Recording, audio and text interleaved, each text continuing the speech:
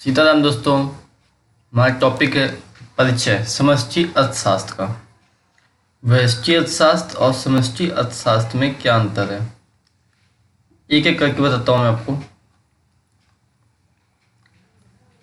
जो व्यष्टि अर्थशास्त्र है उसमें व्यक्तिगत स्तर पर आर्थिक संबंधों और आर्थिक समस्याओं का अध्ययन करते हैं, व्यक्तिगत स्तर पर।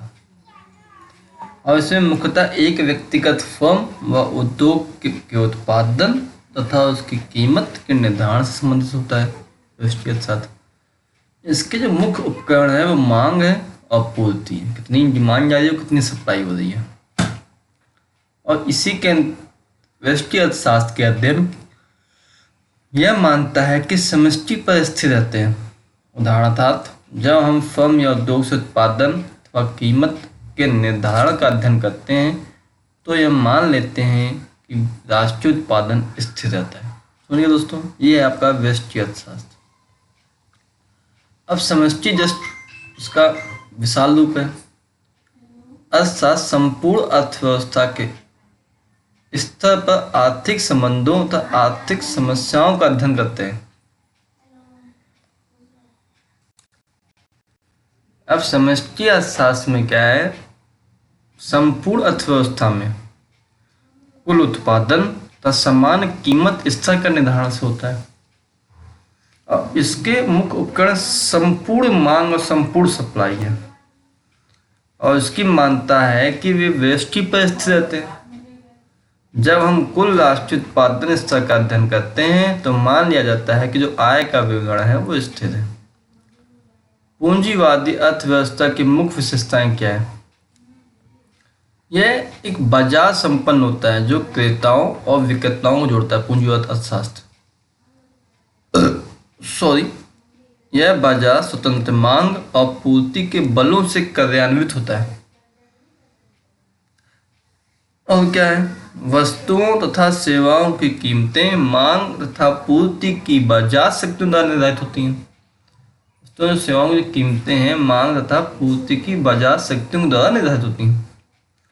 सरकार उत्पादकों तथा परिवारों के निर्णयों में कोई हस्तक्षेप नहीं करती। समझ लीजिए, पूंजीवादी अर्थव्यवस्था में उत्पादकों तथा परिवारों के निर्णयों में कोई हस्तक्षेप नहीं करती।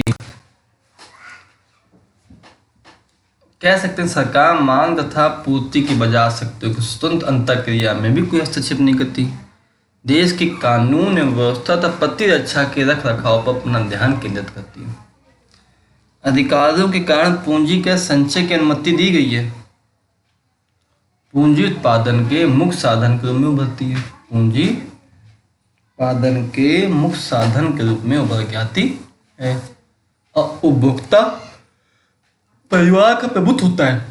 वे अपनी आदतों एवं प्राथमिकताओं के अनुसार क्रय एवं विक्रय करते हैं, संतुष्टि को अधिकतम करते हैं और उत्पादक उपभोक्ताओं द्वारा मांगी जाने वाली वस्तुओं सेवाओं के उत्पादन के अपने लाभों के अधिकतम करते हैं। समष्टि अर्थशास्त्र की दृष्टि से अर्थव्यवस्था के 4 प्रमुख क्षेत्रों का वर्णन कीजिए। परिवार क्षेत्र, वस्तुओं तथा सेवाओं के उपभोक्ताओं को सम्मिलित किया जाता है। वस्तुओं तथा सेवाओं के उपभोक्ताओं को सम्मिलित किया जाता है। परिवार गृह क्षेत्र उत्पादन कारकों के स्वामी भी होता है। उत्पादन क्षेत्र क्या है? उत्पादक क्षेत्र, इसमें उन सबको सम्मिलित किया जाता है जो उत्पादन की क्रिया में लग जाते हैं। समझे? और अर्थव्यवस्था की सभी उत्पादन करने वाली इकाइयां जो फर्म है क्षेत्र में सम्मिलित होती हैं। वस्तुओं एवं सेवाओं के उत्पादन हेतु फर्में उत्पादन के कारकों, उत्पादन कारक हैं भूमि, श्रम, पूंजी और उद्यमशील कौशल की सेवाओं को परिवार क्षेत्र से भाड़े पर प्राप्त करती हैं। समझे दोस्तों? सरकारी क्षेत्र क्या है? कल्याणकारी एजेंसी के रूप में कार्य करता है, जैसे न्याय कानून व्यवस्था को बनाए रखना, सुरक्षा, अन्य सार्वजनिक कल्याण संबंधी सेवाएं। सरकार एक उत्पादक के रूप में भी कार्य करता है, जैसे सार्वजनिक क्षेत्र के उद्यमों में वस्तुओं और सेवाओं का उत्पादन। कृषि क्षेत्र क्या है? इसे शेष विश्व क्षेत्र भी कहा जाता है। इस क्षेत्र का कार्य वस्तुओं का निर्यात एवं आयात करना, घरेलू अर्थव्यवस्था में विश्व के अन्य देशों के बीच पूंजी का प्रवाह करना है। 1929 की महामंदी का वर्णन कीजिए। 1929 महामंदी ने जन्म लिया था, 33 तक बनी रही 4 साल। महामंदी ने विश्व के विकसित देशों को चू चू किया था।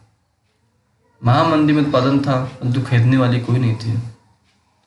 1929 से 33 के दौरान संयुक्त राष्ट्र अमेरिका और यूरोपीय देशों के कुल उत्पादन और रोजगार के क्षेत्रों में भारी गिरावटें आई। इनका प्रभाव दुनिया के अन्य देशों पर भी पड़ा। कई कारखाने बंद हो गए, श्रमिकों को निकाल दिया गया। बेरोजगारी की दर 3% से बढ़कर 25% तक हो गई और संयुक्त राज्य अमेरिका में समग्र निर्गत में लगभग 33% की गिरावटें आई। इन परिस्थितियों में केन्स की पुस्तक रोजगार, ब्याज एवं मुद्रा का सामान्य सिद्धांत 1936 में प्रकाशित हुआ, जिससे समष्टि अर्थशास्त्र जैसे विषयों का उद्भव हुआ।